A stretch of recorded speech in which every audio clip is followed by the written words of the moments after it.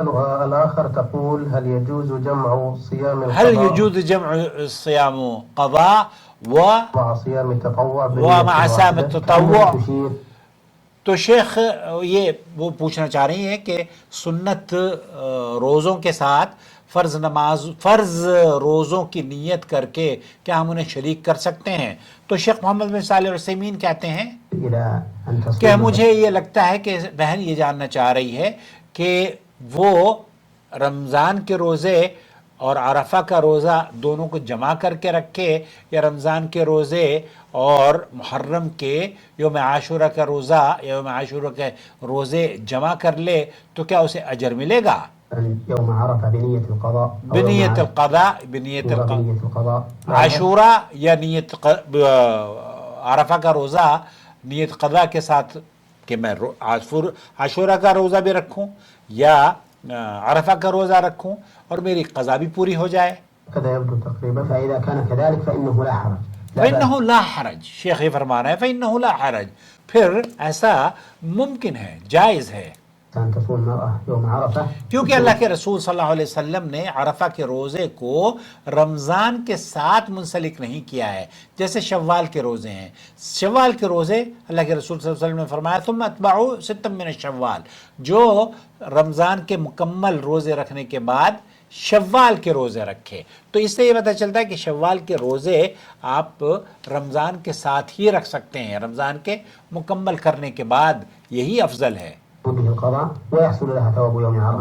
وكذلك تو اسی طریقے سے اگر آپ رمضان کی قضا روزے آپ کے اوپر ہیں اور آپ نے یہ چاہتی ہیں یا یہ چاہتے ہیں کہ رمضان کا بھی روزہ ہو جائے اور میرا نفلی روزہ بھی ہو جائے تو وہ یہ بالکل جائز ہے۔ آپ رمضان کے روزے کی اور جو نفلی روزہ ہے جو یوم عرفہ کا روزہ ہے یا یوم عاشورہ کا روزہ ہے، ان دونوں کو جمع کر کے آپ روزہ رکھ سکتی ہیں۔ كتصوم يوم عاشوراء بنية القضاء ويحصل لها الثواب، أو 6 من شوال مثلا. اور ست من شوال کے بارے میں تو بتا دیا کہ ست من شوال تو وہاں تو تکمیل رمضان کی تکمیل ضروری ہے۔ أن يتقدم صوم رمضان كاملا. پھر تو آپ کو رمضان کے پورے روزے رکھ کر ہی شوال کے روزے رکھنے چاہیے، یہی اصول ہے۔